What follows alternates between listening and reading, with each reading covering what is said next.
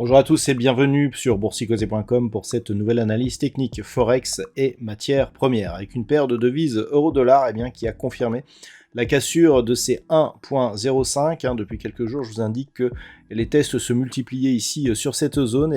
Ça y est, cette zone elle est désormais cassée. Au niveau de l'analyse technique, c'est très intéressant car je vous avais donné comme objectif cette zone des 1.0360. Regardez le point bas de cette bougie actuellement.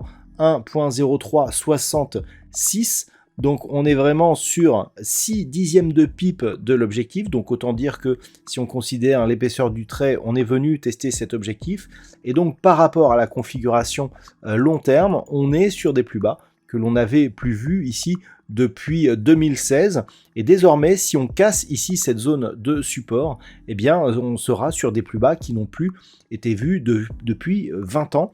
Donc attention, on aurait un signal relativement fort. Je vous avais déjà indiqué que sur une rupture des 1.05, on connaîtrait une accélération du mouvement. Ça a été fait. Là, on pense avoir un rebond technique au moins sur le premier contact de cette zone majeure. Si on avait une rupture directe sans rebond, clairement on serait sur un signal très fort de poursuite du mouvement baissier avec un objectif vers la parité à moyen long terme. Donc à surveiller ici cette zone des 1.0360.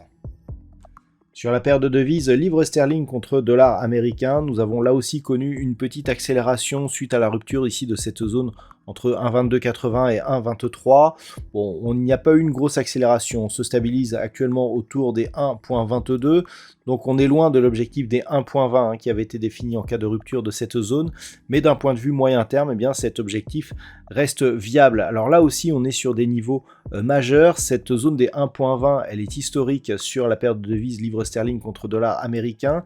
Ici, en vue hebdomadaire, on se rend bien compte ici de ce que représente cette zone. Elle avait été cassée durant l'année 2020, mais on était vite remonté. Et sinon, d'un point de vue historique, c'est un niveau qui n'a que rarement été franchi. Et donc, par rapport à la cassure des 1,2310, le retour ici sur cette zone des 1,20, dans un contexte où l'euro-dollar est en train lui aussi de tester des zones de support majeures sur une tendance long terme, peut donner à réfléchir. Cette zone des 1,20 est tout à fait accessible vu le niveau du dollar actuellement, et en cas de rupture, on peut s'attendre là aussi à une forte hausse de la volatilité sur cette paire de devises. Sur l'or, on continue à évoluer aussi sur une dynamique baissière. L'or qui, lors de son dernier rebond technique, est venu tester ici la moyenne mobile 20 exponentielle comme résistance. On a confirmé par un nouveau plus bas significatif. Donc 1850 a été repris dans un premier temps, mais a été recassé à la baisse. Donc l'objectif est désormais cette zone ici des 1807 $ l'once, avec donc un métal jaune qui reste dans sa dynamique baissière, qui l'occupe depuis donc ce retournement après ce quasi-test ici de cette zone des 2000 $ l'once. On voit ici que depuis la descente elle se fait quasiment sans rebond significatif, et donc on poursuit le mouvement actuellement. Sur le WTI, ça reste stable. On a validé ici la zone des 98 $ le baril comme niveau de support. Donc on est toujours ici dans cette zone de range que le WTI occupe depuis cette tentative de franchissement ici de la zone des 115 $ le baril. Il y a peu, on a tenté la zone des 110. Cette zone a bien résisté. Donc pour l'instant, ça reste neutre pour le WTI d'un point de vue court terme, mais toujours avec une tendance haussière liée à la dynamique moyen terme.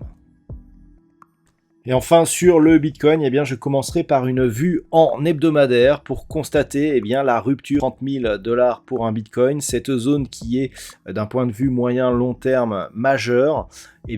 Cette zone elle a été fragilisée. Actuellement, on est sur un rebond technique qui est en train de provoquer un retour sur celle-ci. Ce qu'il faudrait observer, c'est si on reste ici dans cette dynamique court terme, auquel cas la zone des 30 000 $ pour un Bitcoin devrait agir comme une résistance. Nous sommes clairement ici dans une dynamique fortement baissière. Malgré tout, nous avons des divergences ici au sens du RSI, un signal de sortie, retournement des histogrammes du MACD, on pourrait avoir un rebond technique. Toutefois, si cette zone des 30 000 $ pour un Bitcoin agit comme résistance, clairement, on peut s'attendre à une reprise du mouvement baissier assez rapide, et d'un point de vue moyen terme, c'est des niveaux entre 15 et 17 000 $ pour un Bitcoin qui seraient désormais visés. Voilà donc ce que l'on peut dire sur cette analyse technique Forex, matières premières et Bitcoin. Je vous souhaite de passer une très bonne soirée. On se retrouve dès demain pour d'autres analyses techniques, toujours sur le site boursicoté.com.